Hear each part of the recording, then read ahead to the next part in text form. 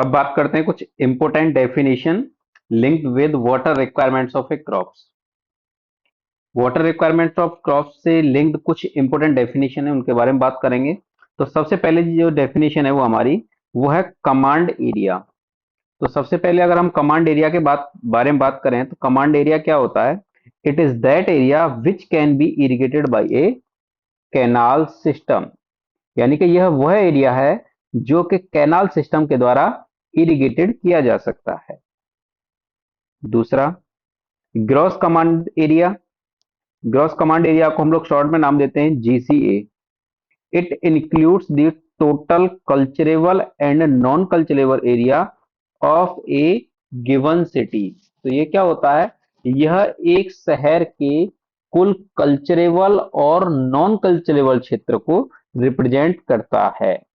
तो कल्चरेबल और non culturable की अगर बात करें तो हम, तो कल्चरेबल एरिया कौन सा होता है? कल्चरेबल एरिया की अगर हम बात करें तो यह वह भूमि है जिसमें फसलें उगाने के लिए उपयुक्त जलवायु, भूमि और अन्य परिस्थितियां मौजूद हों। जैसे कि एग्जाम्पल के तौर पर अगर हम बात करें तो मैदान और अन्य उपजाऊ भूमि।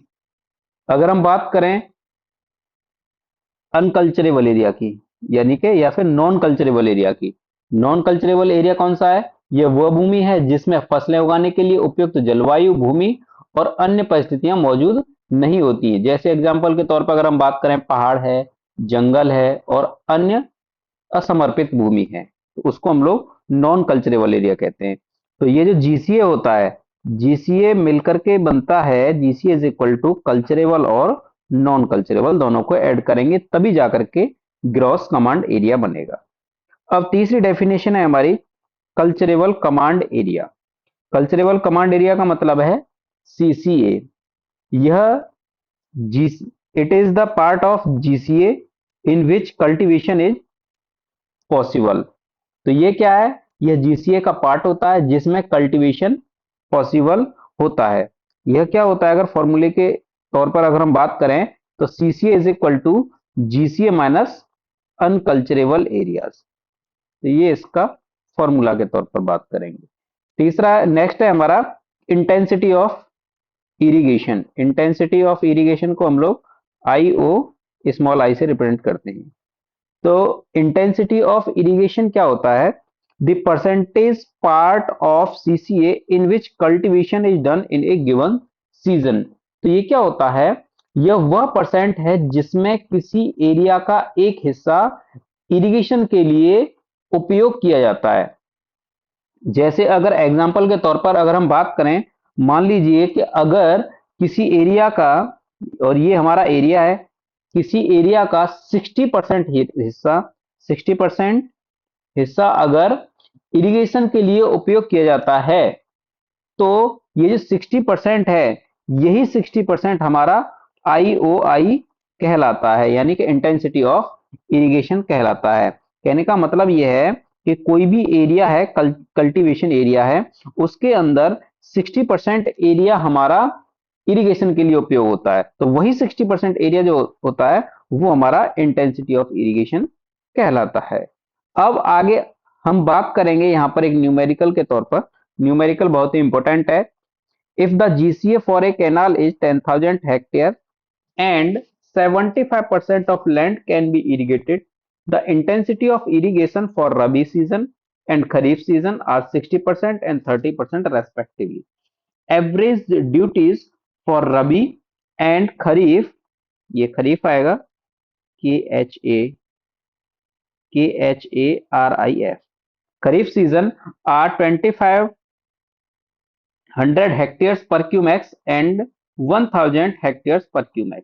Calculate the discharge required for a irrigation. हमें यहां पर इरिगेशन के लिए कितना डिस्चार्ज की जरूरत पड़ेगी ये कैलकुलेट करना है।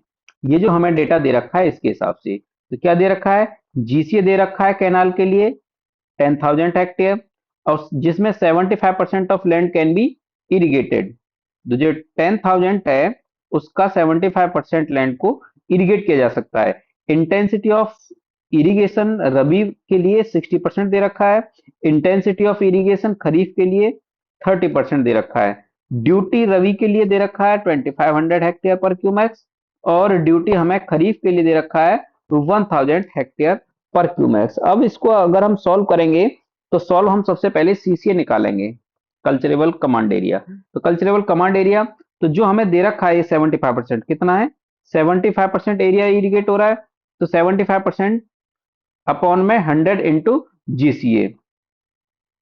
तो ये जो वैल्यू आएगी हमारी, ये हमारी जीसीए कितना है, ये जीसीए है 10,000, तो यहां पर ये वैल्यू 10,000 आएगी।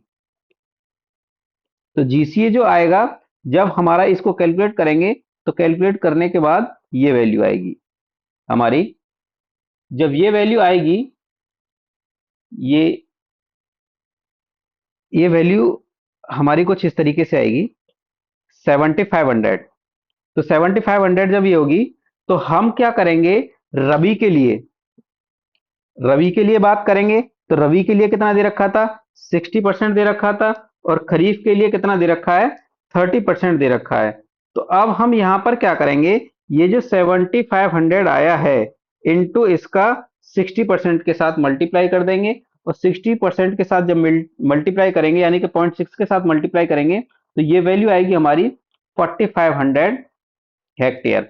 और खरीफ के लिए ये 30% दे रखा है ना, तो 30% जो दे रखा है, इसके लिए हम करेंगे 0.3 का मल्टीप्लाई अगर हम करेंगे 7500 में, तो ये वैल्यू आएगी हमारी 2250 हेक्टेयर। जब ये वैल्यू हमारी आएगी, तो हम क्या करेंगे, हम डिस्चार्ज कैलकुलेट करेंगे रवि के लिए। तो डिस्चार्ज जब हम कैलकुलेट करेंगे, तो डिस्चार्ज क्या होता है हमारा, एरिया अपॉन में ड्यूटी, है ना। तो Q इज इक्वल टू क्या होगा, एरिया अपॉन में ड्यूटी, यही होगा। अब एरिया ऑफ ड्यूटी क्या होता है, आप सोच रहे होंगे कि discharge equal to metre cube per second होता है, तो ये वही चीज है बेसिकली। तो देख लेंगे हम एक बार।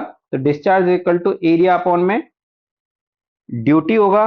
तो एरिया अपॉन ड्यूटी का मतलब है, एरिया हम लोग यहाँ पर हेक्टेयर में बात कर रहे हैं, तो ड्यूटी क्या होता है, हेक्टेयर अपॉन में क्यूमैक्स, क्यूमैक्स होता है।